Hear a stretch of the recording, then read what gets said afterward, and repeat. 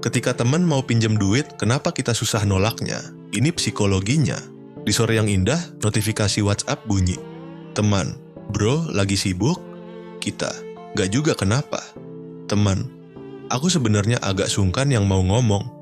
Sampai di sini, kita tahu arah pembicaraan ini akan kemana, meski teman itu belum melanjutkan. Kita, ngomong aja, teman, aku belum bayar kontrakan. Yang punya kontrakan nagih terus. Aku diberi waktu 3 hari, kalau nggak bayar, diusir. Bisa bantu dulu bro? Please, bulan depan aku ganti, serius. Kita menatap pesan itu lama, kursor di layar berkedip, seperti menunggu keputusan moral. Pikiran dan hati bentrok. Kata pikiran, kan kamu sudah pengalaman, beberapa kawan yang pinjam nggak pernah bayar. Bayar kontrakan cuman alasan doang tuh. Bohong dia. Lagian, kamu sendiri masih banyak tanggungan. Tapi hati berkata lain, kasihan dia, mungkin bener buat bayar kontrakan. Apalah artinya uang segitu? Nanti kamu dicap pelit dan gak solider, kasih aja. Kalaupun gak bayar, hitung-hitung amal. Akhirnya, kita kirim emoji senyum dan angka. Dan sistem mencatat, transfer berhasil, saldo berkurang, hati ikut kosong. Lalu entah kenapa rasa lega, hampa dan kesal plus nyesel muncul bersamaan tanpa bisa dibendung. Lucu.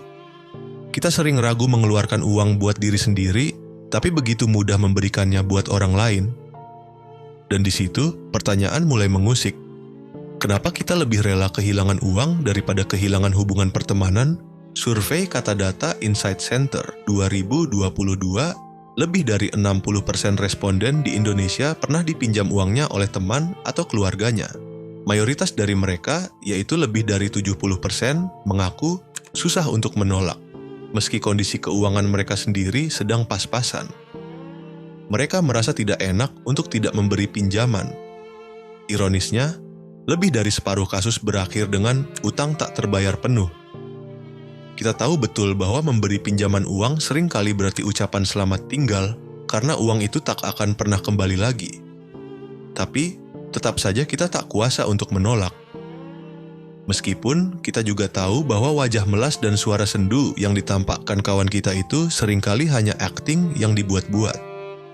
Tapi entah mengapa, sangat sulit untuk mengatakan tidak. Disinilah paradoksnya. Memberi pinjaman uang dianggap menjaga persahabatan, tapi uang itulah yang nantinya justru merusak persahabatan. Tidak jarang hubungan keluarga pecah. Mungkin ini adalah nasib manusia Indonesia. Hidup di antara empati dan ironi. Kita terjebak di ruang sempit antara logika dan hati, antara dompet dan wajah, antara kehilangan uang dan kehilangan lingkaran sosial. Riset World Value Survey 2020 mencatat, orang Indonesia menempatkan hubungan kekeluargaan jauh di atas kemandirian finansial. Jadi wajar bila kita lebih memilih jadi miskin materi daripada miskin relasi. Tapi pertanyaan terakhir tetap menggantung.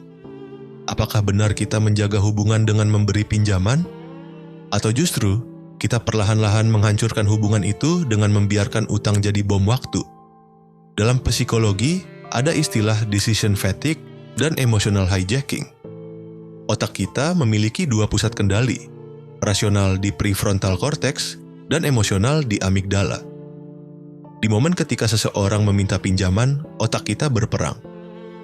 Bagian logis di prefrontal cortex berteriak, "Jangan, nanti nggak bayar." Tapi amigdala, pusat emosi, mengirim sinyal kasihan. Mungkin dia memang lagi butuh banget.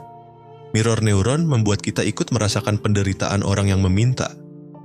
Kita tahu memberi pinjaman berarti kehilangan.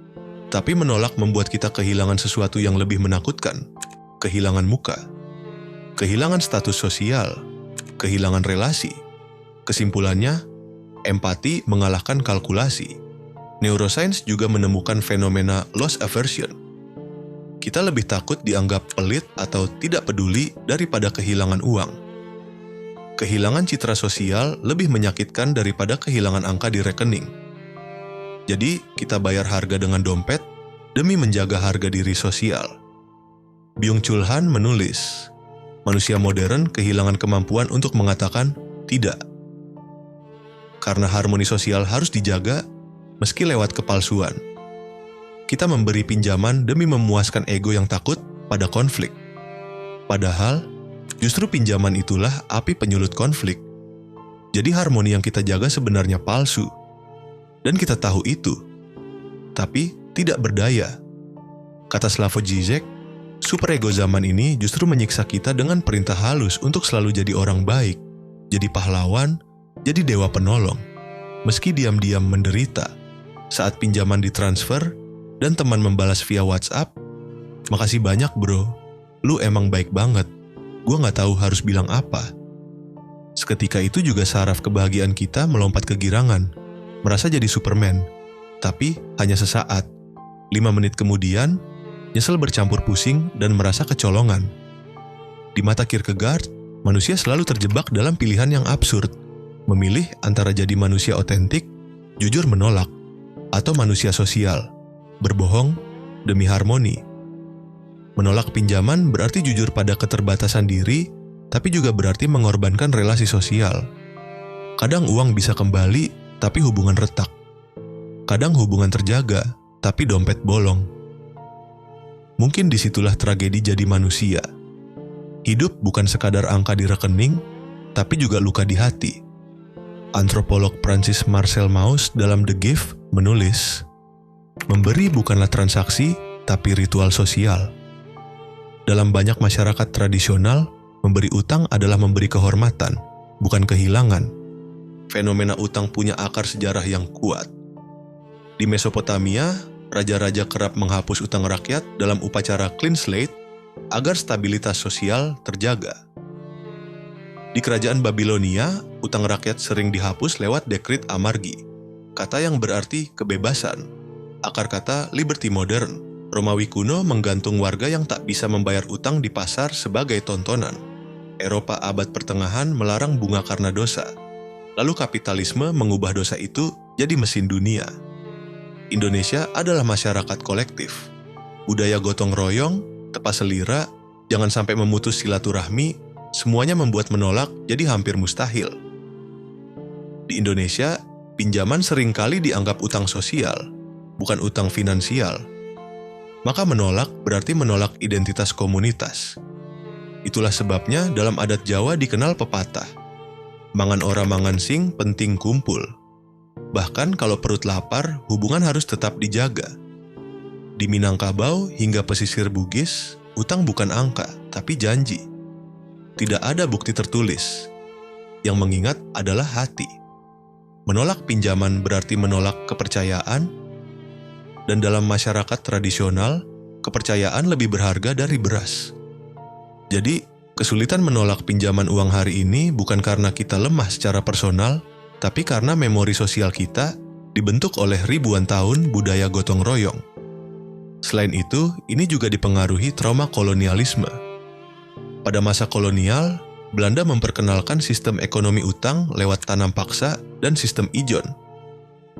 Utang menjadi mekanisme penundukan. Yang memberi pinjaman menguasai yang berutang. Dari sinilah lahir trauma kolektif.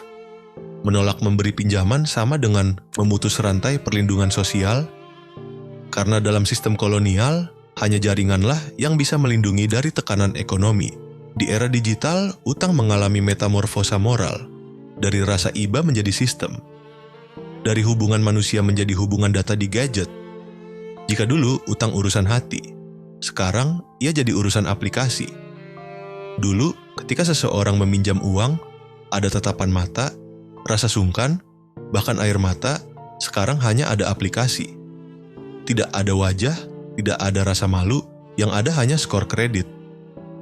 Kini, algoritma menggantikan empati. Yang menagih bukan lagi teman, tapi notifikasi otomatis dari aplikasi. Yang menghukum bukan lagi rasa bersalah, tapi debt collector digital.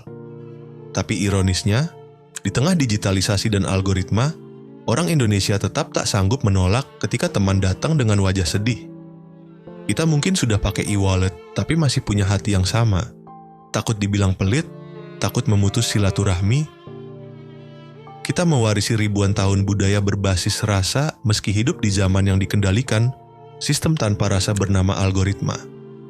Pinjam-meminjam uang sebaiknya dilihat bukan hanya dari sudut empatik dan emosional semata, tapi juga objektif dan proporsional. Meminjamkan itu sebuah hak untuk melakukan kebaikan, sementara membayar pinjaman itu kewajiban. Jangan kita balik, memberi pinjaman itu kewajiban, sementara membayarnya itu hak. Budaya sungkan menolak pinjaman itu kultur yang bijaksana dan bagus untuk menjaga solidaritas masyarakat kita. Tapi, sungkan ada batas-batasnya yang tak boleh kita tabrak. Jika ditabrak, maka budaya sungkan tidak akan menghasilkan solidaritas, melainkan menyulut konflik.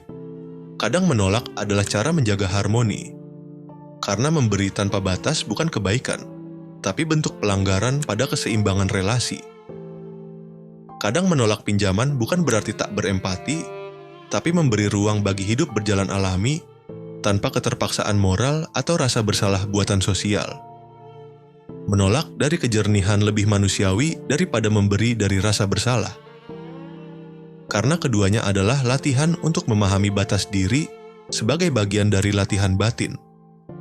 Dalam tradisi Islam klasik, pinjam-meminjam, qard, dianggap ibadah, tapi dengan syarat transparansi dan tanggung jawab pengembalian.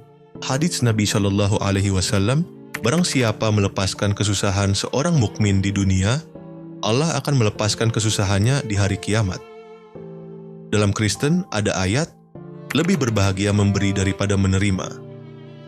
Dalam Hindu-Buddha, memberi adalah bagian dari karma dan dharma, kebaikan selalu kembali pada pelakunya. Tapi, semua agama juga menekankan soal kewajiban membayar utang, bukan hanya memberi utang. Sampai ke akhirat, utang akan tetap ditagih.